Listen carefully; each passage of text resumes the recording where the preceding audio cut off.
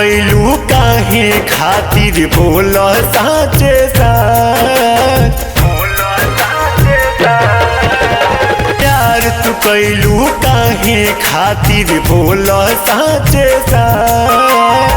प्यार तू कैलू काहे खातिर बोल साचे साच। आज छोड़ाबो तारू काहे हाथ से हमर कहेलू जान भुला दो लिखल ना मिटा दो। कहेलू जान भुला दो लिखल ना मिटा दो।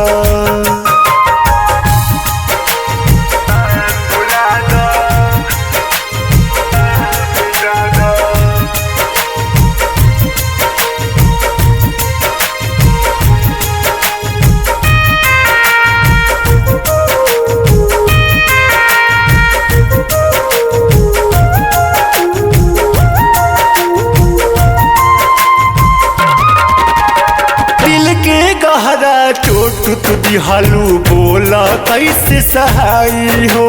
एक पल दूर न रहत रालू बोला कैसे रहाई हो। दिल के गहरा चोट तू दिहालू बोला कैसे सहाई हो। एक पल दूर न रहत रालू बोला कैसे रहाई हो। कमी पड़ता प्यार में कुछ तो दे करे जाकार। कहेलू जान भुला दो लिखल ना मिटा दो। कहेलू जान भुला दो लिखल ना मिटा दो।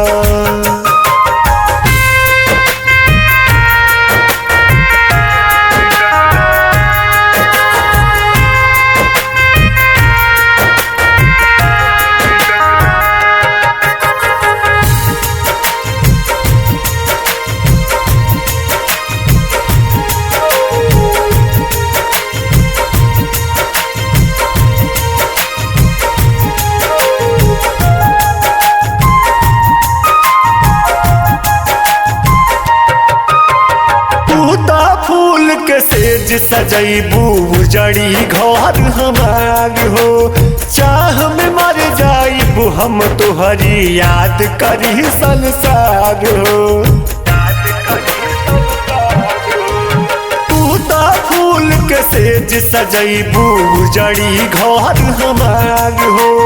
चाह में मर जाइबू हम तोहरी याद करी संसार हो। मन के छोड़ के समझे के तू धारा तारू साथ। कहेलू जान भुला दो लिखल ना मिटा दो। कहेलू जान भुला दो लिखल ना मिटा दो।